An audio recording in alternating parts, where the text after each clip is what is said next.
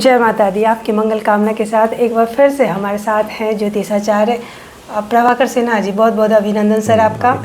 Sir, द्वितीय माँ ब्रह्मचारिणी है, इनका क्या विशेषता है, कैसे इनकी पूजा करें ताकि इनकी जो कृपा है वो हम पर जल्दी हो?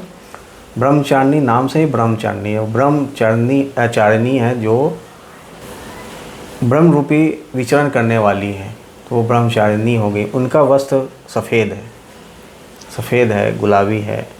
उनका विशेषकर सफ़ेद ही वस्त्र वो धारण करती हैं। ब्रह्मचारिणी का स्वरूप माँ सरस्वती से है।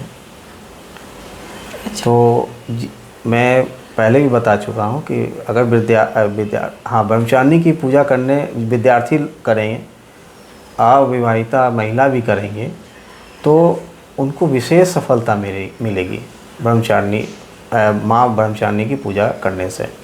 माँ की पूजा करने से आपको मानसिक तौर पर आप बहुत वो सिद्ध प्राप्त करेंगे जो आप अन्य देवी देवताओं से नहीं प्राप्त कर सकते। माँ जो ब्रह्मचारिणी है उनको आप सफ़ेद फूल, सफ़ेद वस्त्र, सफ़ेद फल, है ना, आप उनको अर्पित करके आप पूजा कर सकते हैं। और नाम से ही ब्रह्मचारिणी है तो उनकी पूजा करने में आप ब्रह्मचर्य का पालन करें। अच्छा। हाँ, ब्रह्मचर्य का पालन करना चाहिए, जिससे वो जल्द प्रसन्न होती है। अच्छा। हाँ, ब्रह्मचर्य का पालन करना चाहिए, जिससे वो जल्द प्रसन्न होती है। अच्छा। हाँ, तो आप ब्रह्मचारिणी की पूजा करें, क्योंकि माँ होती हैं। जिस रूप में आप जिस विधि विधान से करते हैं वो तो स्वतः सरल रूप में वो आपकी पूजा स्वीकार करती है। बिल्कुल सर। सर, कई बार ऐसा होता है घर में स्थापना नवरात्रि के दौरान सर, जब हम पूजा करते हैं, क्योंकि ब्रह्मचर्य तो एक पालन हो ही गया सर, सोने का अगर हम कहा जाए तो जब हम नवरात्रि में रहते हैं तो कई बार होता है, कई लोग कहते हैं कि जहाँ पर माँ का कलश स्थापना करते हैं वहीं पे सोना चाहिए, उन्हें अकेले नहीं छोड़ना चाहिए। कई बार होता है कि कहते हैं कि नहीं, वो उसका दरवाज़ा थोड़ा बंद कर देना चाहिए, उन्हें अकेला छोड़ देना चाहिए। क्या सच है सर? देखिए, दोनों ही में ही सच्चाई है। अनुष्ठान आप क्या कर रहे हैं, किस विधि से कर रहे हैं, किस मनोकामना से कर रहे हैं, इस पर डिपेंड करता है। क्योंकि आप शक्ति का आह्वान कर रहे हैं, तो जब शक्ति आती है ना, तो शक्ति आपकी सात्विकता भी आती है और नकारात्मक शक्ति भी आती है। अच्छा। दोनों शक्ति का संचार होता है। तो दोनों शक्ति चाहती है कि अगर आप सात्विकता नहीं बरतेंगे तो शक्ति तो मिलेगी। आप अगर सात्विकता बरतेंगे तो आपको पॉजिटिव शक्ति मिलेगी आपको। अगर आप देखेंगे कि उसमें आप थोड़ा सा भी त्रुटि हो जाती है तो शक्ति तो आएगी ही, तो नकारात्मक शक्ति भी आप पर आ सकती है। तो माँ का शक्ति दोनों है। तो इसमें आप अगर जाएंगे तो ये कर्मकांड का हो जाता है, तंत्र विद्या का ये सब्जेक्ट हो जाएगा, ये तंत्र विद्या का पूजा हो जाएंगे। तो यहाँ पर क्या है, अगर आप कलश स्थापना करते हैं तो आप किसी को माँ का स्थापित कर रहे हैं। कलश रूप नहीं, आप कलश स्थापित जो कर रहे हैं वो माँ का ही स्वरूप है कलश।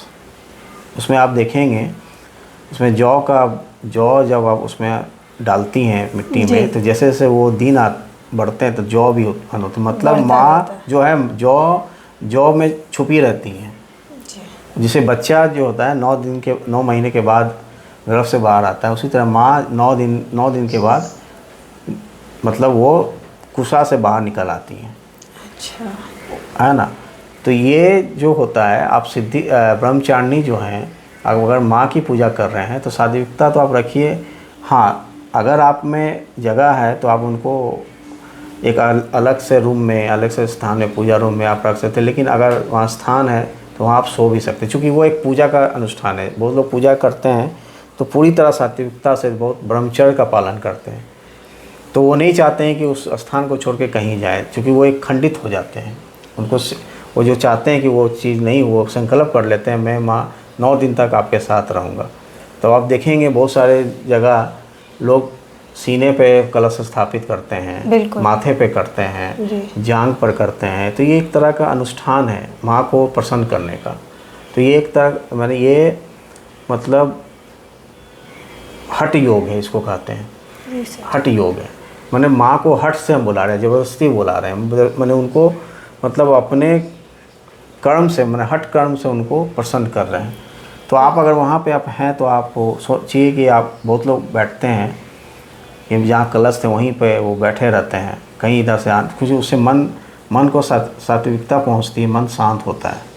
तो बहुत सारे लोग क्या करते हैं, कलश बैठा लिए, पंडित जी पाठ करके आए, चले गए, रूम है बंद कर दिए, लेकिन वो जाते हैं, वो भी एक तरह का सात्विक पूजा है। बट होता क्या है कि अभी के जैसे समय है, लोगों को पहले क्या थी, एक घर में 9 बच्चे होते थे, जनसंख्या ज़्यादा होती थी, तो सबका काम सबको बांटा होता था, तो लोग कर लेते थे। अब क्या है कि जनसंख्या कम हो गई, सब काम एक आदमी ही करते हैं, तो अगर वो नहीं निकलेंगे तो घर का काम कैसे होगा। बिल्कुल। तो उस समय जैसे क्या है ना, दिन काल परिस्थिति के अनुसार वो चीज़ बदल जाता है। अगर आपके घर में उस तरह की व्यवस्था नहीं है, तो जैसे आपने कहा कि घर में उनको, मतलब घर में दरवाज़ा लगा दें, शुद्धता का मान होगा, तो उसे भी आप कर सकते हैं, उसमें कोई दोष नहीं है, वो अच्छी चीज़ है। जी मैं आपने सर इतनी अच्छी जानकारी दी, इसके लिए सर धन्यवाद आपको। और आप लोगों को अगर हमारा ये वीडियो अच्छा लगा हो तो प्लीज़ कमेंट में जय माता दी जरूर से लिखें, और हमारे इस वीडियो को ज़्यादा से ज़्यादा शेयर करें ताकि लोग लाभ ले सकें। धन्यवाद।